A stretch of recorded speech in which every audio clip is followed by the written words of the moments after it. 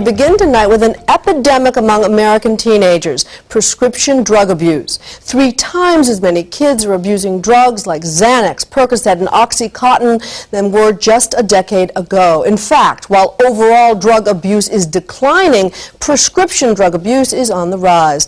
And teens abusing prescription drugs more often than any other drug except pot. Another frightening fact, the staggering number of parents who just don't know what pills their kids are popping or where they are getting them. It's part of our series, Farm Country.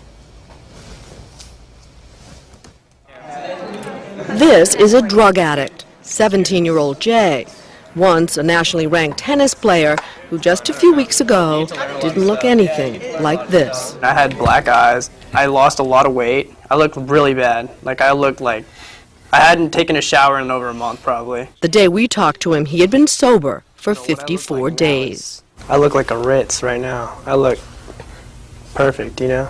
I looked like trash when I first got here.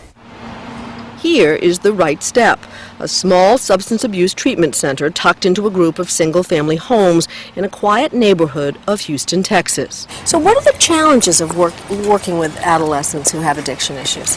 Well, one of the challenges I have with them is denial.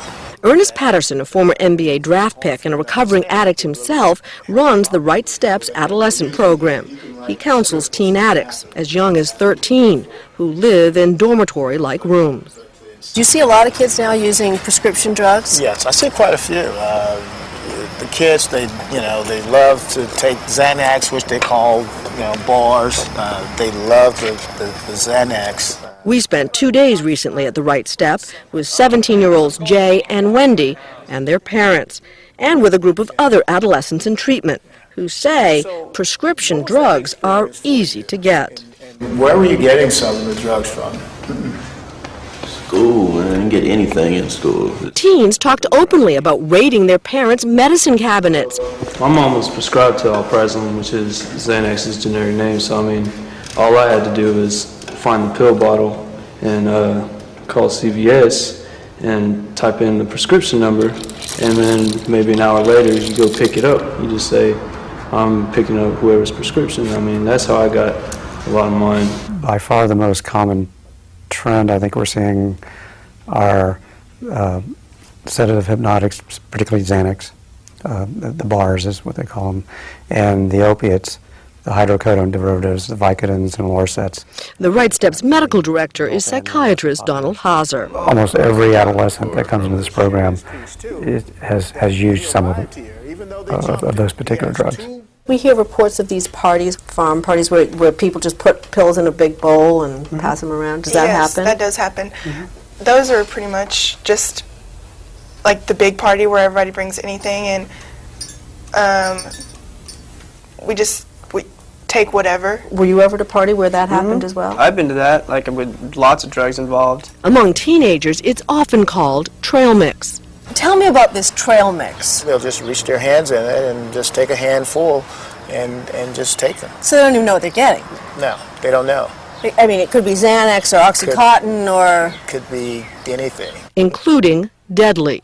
It is a trend borne out by the latest study by the National Institute on Drug Abuse and the University of Michigan, called Monitoring the Future. It warns that among teenagers, OxyContin abuse is up 26%. Overall, the number of teens abusing prescription drugs has tripled since 1992. We asked Wendy and Jay what prescription drugs they had abused. Vicodin, OxyContin, any painkillers, Soma, Xanax. There's this one pill that we discovered called lorazepam. I don't know what it's for, but we found out one night we took it, and it messes you up too. So we got into that for a while. Percocets, OxyContin, Xanax, Vicodin, Ritalin, Adderall. Yeah, that was another big one for me. Adderall, and we would snort that. You too? It's basically like cocaine. It's like speed. It's a Ritalin is version. speed, basically. The drugstore provided other highs, not just those with a prescription, but on the open shelves. Another thing that's really scary, When I heard the word Skittles, We call it Skittles, triple C's. They're just quercetins. You buy them at the grocery store, like the pharmacy. What do you do to them? You overdose on them. How many do you have to take? 16, I took my first time. Once you get a tolerance to it, you have to take more. Yep. What does it make you feel like? You hallucinate. You walk and you can barely walk, and you feel like you don't have any muscles. You can Floaty. floating, yeah, like you're in a room full of Jello. You can take Robitussin, like the coughing syrup. But there's a specific way to take the cough syrup on the street.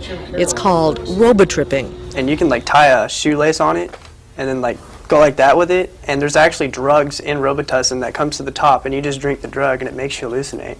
It's hard to believe, but both Wendy and Jay were able to function for years, stoned, starting at age 13. And their parents, it seemed, were clueless. I always flew to school by the seat of my pants. I never tried. I always made A's, B's, and C's, and I didn't have to do anything. and he was still making good grades. He was doing his tennis. He looked like Mr. All-American. Sure. So who would think? When you're an addict, it's a game. He was also capable of looking you straight in the eye and lying about it, and you would never know. I was too good at hiding it and too good at doing what I did. They couldn't catch me. Now, Mom, did you have any idea what was going on at 13? No. My children were perfect. They weren't doing drugs. We can lie. I don't know. We can get away with anything. We can make anything seem logic. We can make them think they're crazy. After using OxyContin, Vicodin, and Xanax for a year, Wendy says she finally crashed. I remember leaving school and taking Xanax. That was the last thing I remember. Wendy disappeared. I remember all these faces, and I don't know who they are. I don't know who they are, and I don't know where I was. For 14 hours we looked for him. She was almost dead when we found her 2 nights before we brought her here. Do you think something happened to you sexually? I know something happened to me. I don't even know who it was. She needed help. You had to hit your bottom. For me, it was almost dying. That's, when I realized that I actually did want to be alive. When you first got here, did you want to be here? All I knew was I didn't want to be where I was. I didn't want to be here at all, to tell you the truth. I had these people telling me what to do, telling me what time I had to go to bed. And I was like, excuse me, you're going to talk to me like that? Military style, right? Indeed they were. The Right Steps adolescent program is highly disciplined, structured, and based on Alcoholics Anonymous's 12 steps. For those who can afford it, 30 days of inpatient treatment here costs about $7,500, about a third of the cost of similar programs elsewhere. But still, plenty of kids like Wendy can't afford it. For them, it's 1 week and back home, where the challenges of staying sober are daunting. It's hard to not think about the way things were, because your addict brain, it makes you remember all the good times. Aren't you going to have to learn a whole new way of living? Yeah. You got to start at the age you started. So that means you have to go back to 13. Yep. Except I have a car and have a driver's license. Do you blame yourselves, parents, in some way? We did. Yeah, All of used us to. did. And one of the things we learned very early on, blaming ourselves is a complete waste of and it wouldn't have changed anything. Can you trust him, Drew? No. I don't. It will take time. What do you think other parents, is there anything helpful that you all have to say to other parents? Sure. If you think your kid's doing drugs, they are. Go do something about it. If you don't suspect your kids of doing drugs, they still probably are. Go look. I decided to accept the things I cannot change. Wendy relapsed after 60 days, but now she's back working hard at staying sober. Both she and Jay say they now want to go to college in the same neighborhood where they first took the right step. Keep coming back, it works. If you work it, you'll die. If you don't, so work it because you're worth it. Our thanks to Jay and Wendy and their parents for having the courage to talk to us.